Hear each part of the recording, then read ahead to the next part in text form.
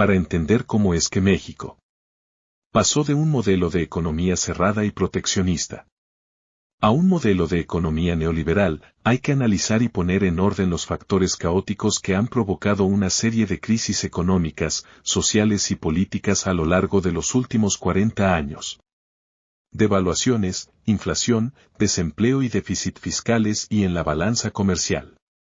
Sin mencionar la estrecha relación que estas crisis han tenido con el petróleo. Mi nombre es Alejandro Camino y quédense. Porque esto se va a poner bueno.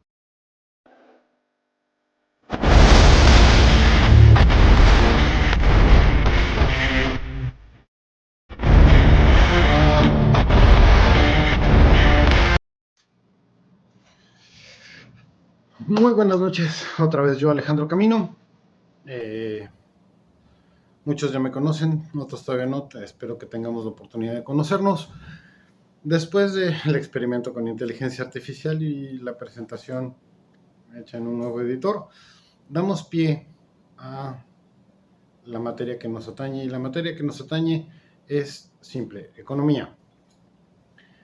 Vamos a hablar básicamente de cómo es que en México se ha pasado de un modelo de economía mixta, proteccionista y cerrado, a un modelo de economía mixta neoliberal.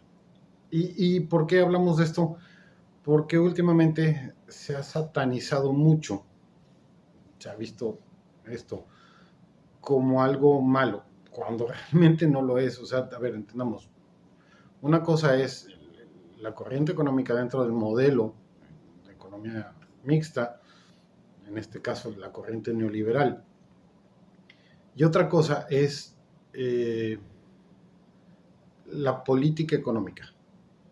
O sea, la política económica es la que el Estado dicta cómo manejan esa corriente económica, ¿ok? Ahora, neoliberalismo. ¿De dónde parte el neoliberalismo? El neoliberalismo es fácil. Para los que son de academia, cuando yo les diga tomen nota, va a haber cosas que sean como para glosario de términos, otras van a ser temas a desarrollar, les va a servir mucho. Así que cuando yo les diga tomen nota, apúntenlo, manden su mensajito, porque les va a servir. 1780, 1790, por ahí, entre 1780 y 1790, un tipo llamado Adam Smith, un escocés, al que se le conoce como el padre de la economía moderna, definió la base de lo que es el liberalismo económico. El liberalismo económico es muy práctico. Habla sobre la no intervención del Estado en los temas económicos. Es por eso por lo que últimamente este asunto del neoliberalismo o del nuevo liberalismo ha sido tan mal entendido, o lo han llevado a un lugar al que considero que no se le corresponde como tal.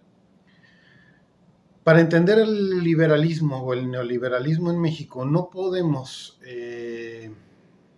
dejar de lado qué ha sido o qué fue, cuáles fueron los factores que determinaron la agonía y la muerte de un modelo de economía proteccionista y cerrado, como lo tenía en México en la década de los 80, a un modelo neoliberal o de apertura comercial, sin tanta intervención del Estado como es el actual.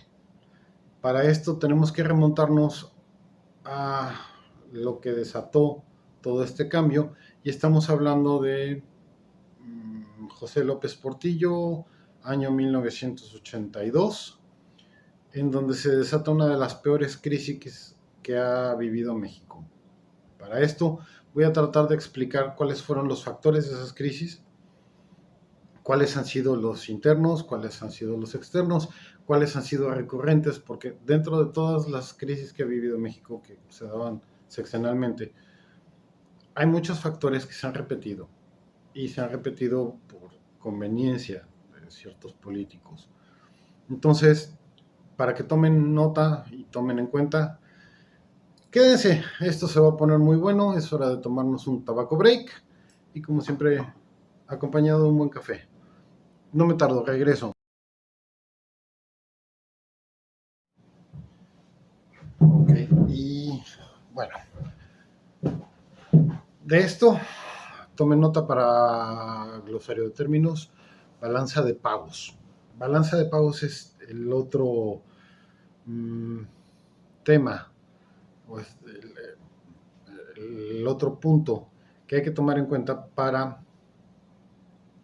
entender qué fue lo que pasó y cómo fue que se dio, o sea, fue gestando esta crisis a lo largo de todo el año, diciembre de 1981 hasta junio, julio de 1983, cómo fue que todo esto se sufrió y cómo fue que fue avanzando en este caótico y desmadroso eh, lapso de tiempo, ¿no? La balanza de pagos. México no tenía una fuente alterna de generación de dólares. Todo se lo había apostado al petróleo. ¿Qué pasa cuando no puedes pagar esos préstamos? ¿Qué pasa cuando no tienes el suficiente dinero para pagar esos préstamos? Pues te tienes que declarar en moratoria de pagos. A eso agrégale que tienes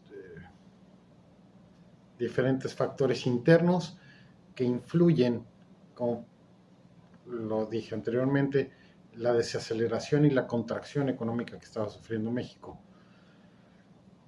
Todo se juntó y seguimos.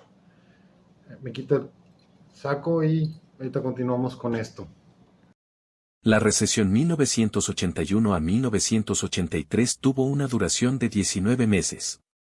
De diciembre de 1981 a junio de 1983, en donde la actividad económica se contrajo 7.2 puntos porcentuales del PIB.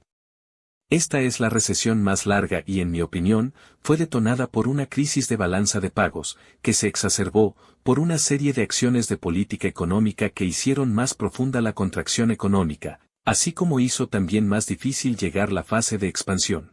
Esta crisis de balanza de pagos en México se gestó con el incremento significativo en el endeudamiento en moneda extranjera del gobierno federal, de 14.5 mil millones de dólares en 1975, 16.4% del PIB, a 52.9 mil millones en 1981, 23.0% del PIB, principalmente para invertir en la exploración y extracción petrolera, ante el descubrimiento del yacimiento Cantarell, el segundo más grande del mundo después de Ghawar, en Arabia Saudita. Así, el aumento en la importación de bienes de capital condujo a una elevación del déficit de cuenta corriente de 2.0% del PIB en 1977, a 7.0% en 1982.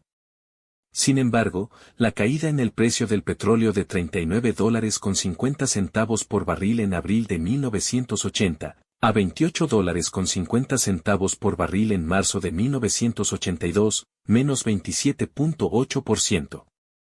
Esto provocó que el pago de deuda externa del gobierno se dificultara en gran medida, sobre todo porque el perfil de vencimiento de la deuda era de muy corto plazo, un año, y porque el país no contaba con una fuente alternativa de entrada de dólares. De hecho, el nivel de reservas internacionales cayó de 3.187 millones de dólares en diciembre de 1981 a 751 millones de dólares en 1982.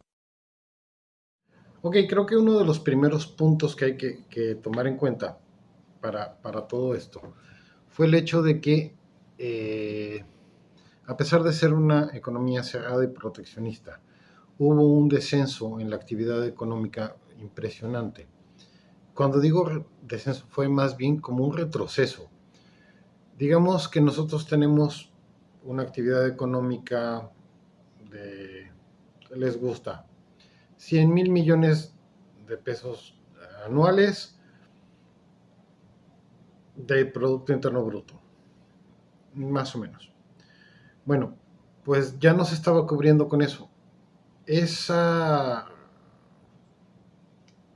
actividad económica se redujo en un 7.2%, que es equivalente a haber caído en aquel entonces entre otras cosas, de un 100% que se tenía, no solo no haber crecido, sino haber retrocedido en la actividad económica, al 92.8% más o menos. Eso significa una mayor tasa de desempleo, gente económicamente activa que ya no tenía trabajo, no tenía manera de generar dinero y por lo tanto la actividad económica se contrajo. Eso es factor número uno, ¿no? En 1982, México enfrentó una grave crisis económica que impactó profundamente al país.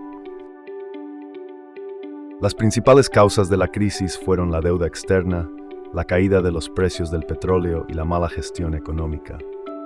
La economía mexicana y su población sufrieron las consecuencias con altas tasas de inflación y desempleo. El gobierno implementó medidas de austeridad y programas de rescate para estabilizar la economía. A nivel internacional, la crisis afectó a los mercados financieros y la percepción de riesgo de los inversionistas. La crisis de 1982 dejó lecciones importantes sobre la importancia de políticas económicas sólidas y una gestión responsable. Su impacto moldeó la economía mexicana y sirvió de referencia para crisis posteriores en el país. Es fundamental aprender de la historia y trabajar en fortalecer la economía para prevenir futuras crisis. En conclusión, la crisis de 1982 dejó un legado significativo en México y resalta la importancia de una gestión económica prudente.